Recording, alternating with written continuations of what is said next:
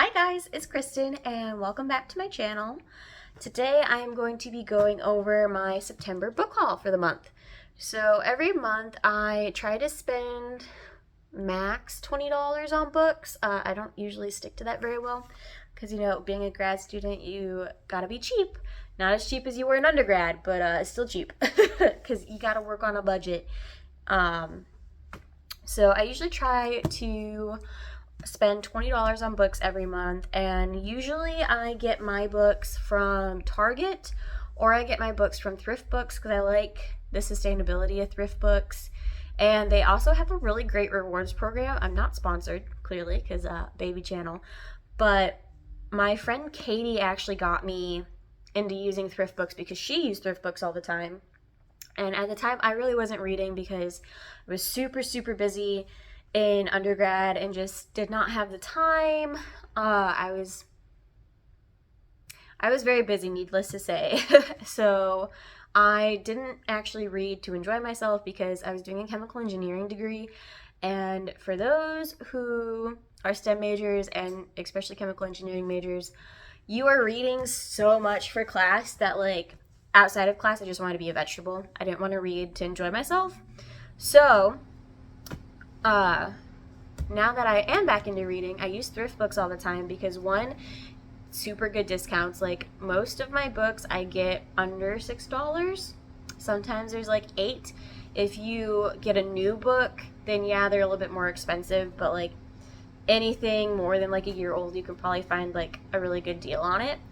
So I use thrift books, and they have a really great rewards program where for every dollar you spend, you get a certain amount of points back, and then once you get, I think it's 500 points, you get a free book. And they have 3 different categories. So based on how much you spend, it changes the amount of points you get. The more money you spend, the more points you get back. So I very quickly made it into their literati category, which is like the highest category you can have, and I think I get 8 points for every dollar I spend. It's 8 or 10, so it's really easy to accumulate free books. So this month I actually also had a free book to buy, so that was lots of fun.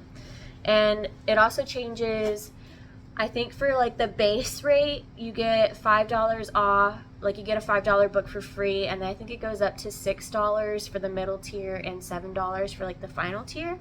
So highly recommend checking out thrift books.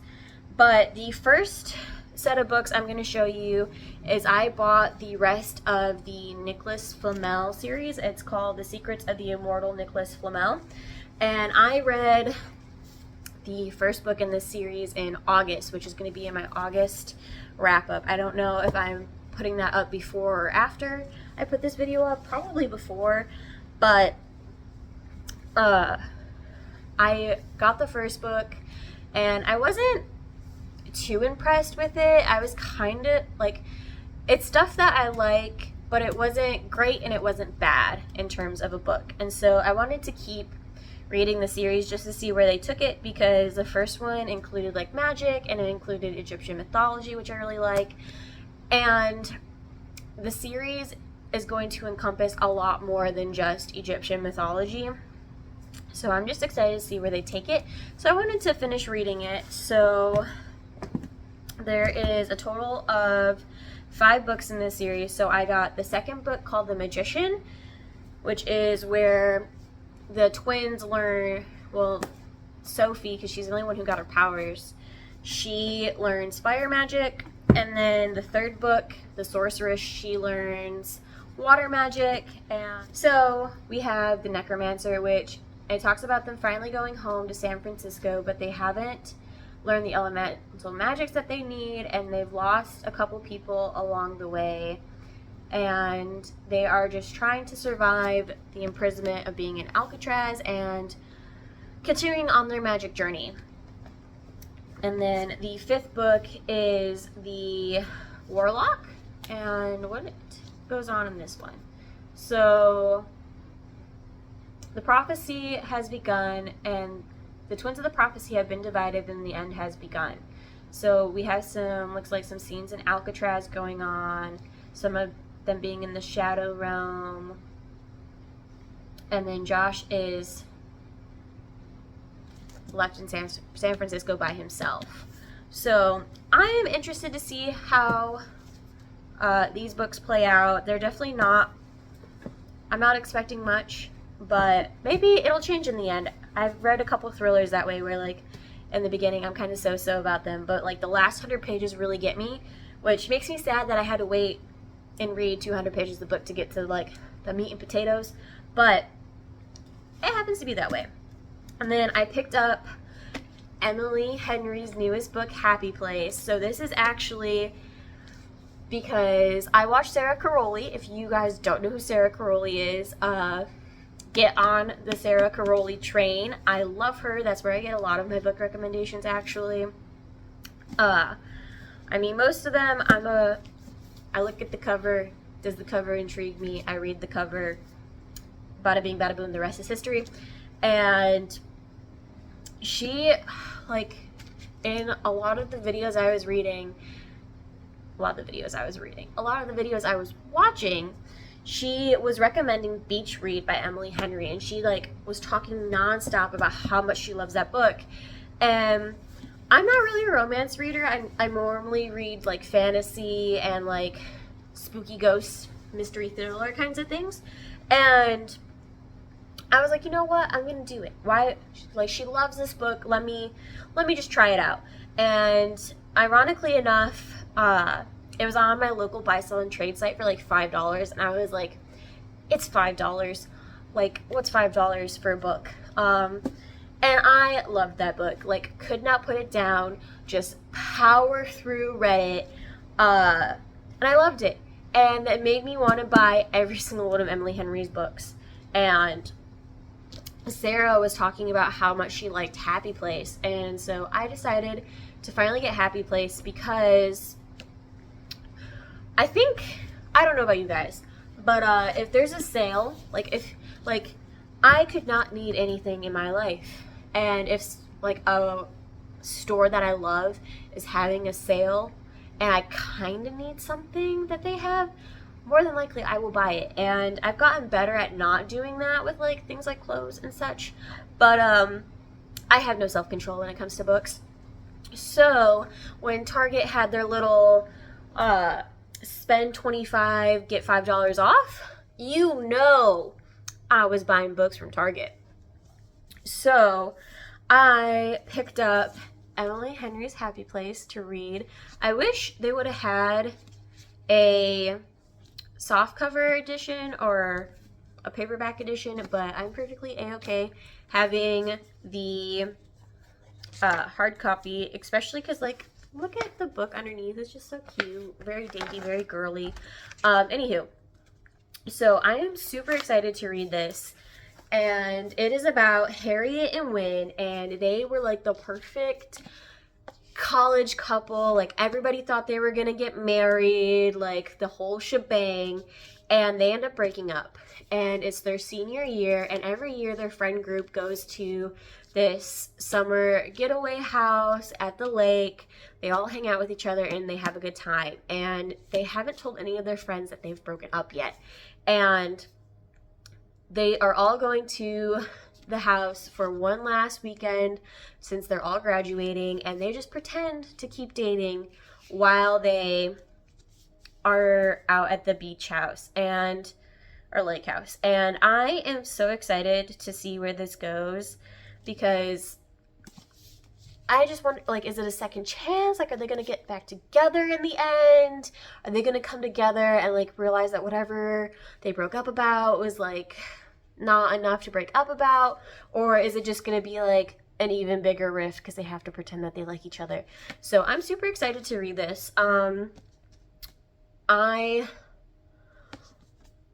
would probably put this at, like, the top of my list to read, not gonna lie, but I personally like reading books in the order that I bought them. That way they eventually do get read.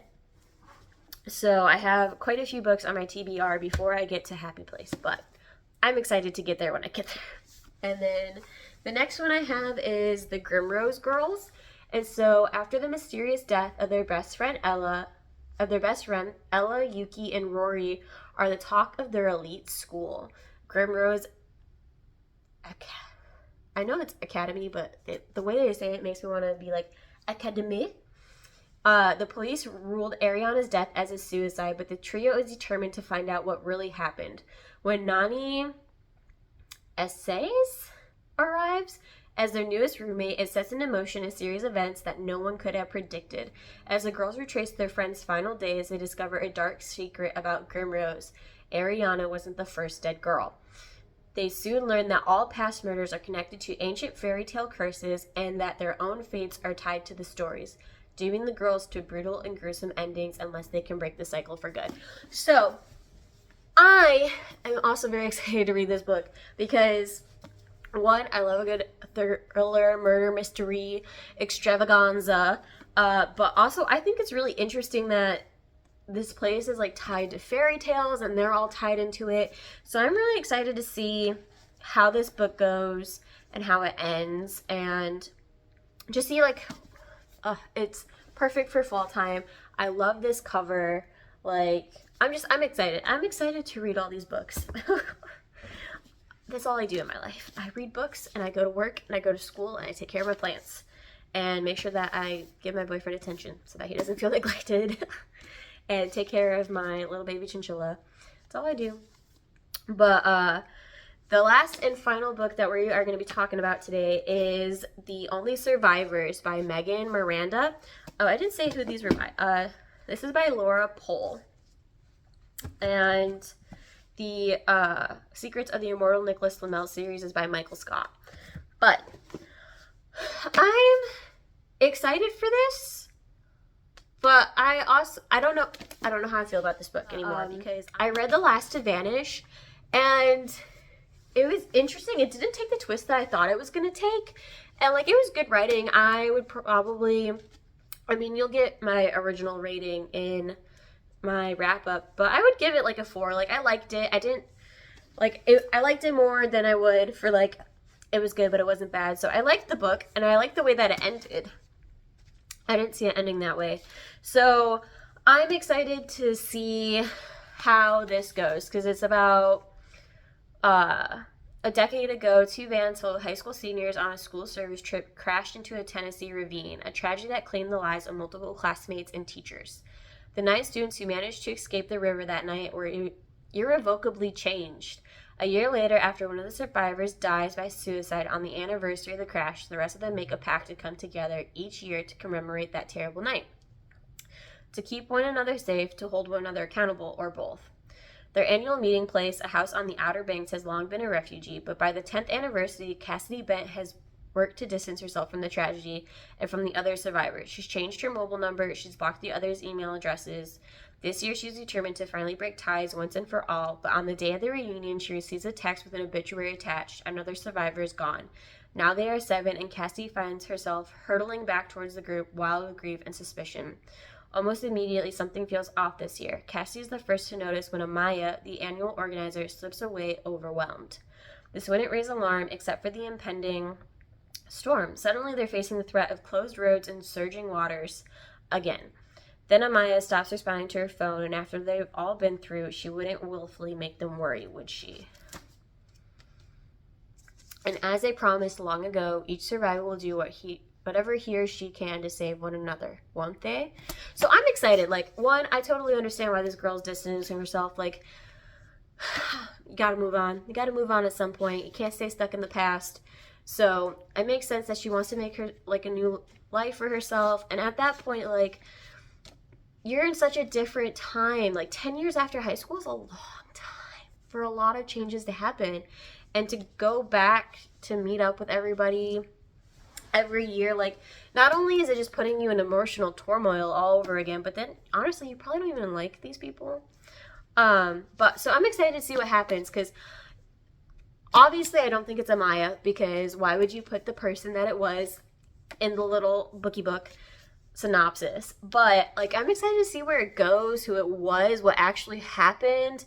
Like, I love a murder mystery. I love a good little thriller. I'm not a person where I don't always try to guess, like, what's going on. Like, I know a lot of people who, like, read murder mysteries and thrillers, like, they want, like, they're writing down the clues, they're trying to connect the dots. Me, I'm just reading to read. Sometimes I connect the dots, sometimes I don't. But I'm excited to read all of these books. So let me know if you guys have read any of the books, if you like these books, what's on your guys' haul list. Maybe someday I will have you guys pick from my like to be bought list what I should buy next, or if I should add things to my to buy list. So let me know what you guys are reading. Let me know what you guys are excited about. What are you buying? What are you looking for? What do you like to read? But I will catch you guys in the next one. Bye.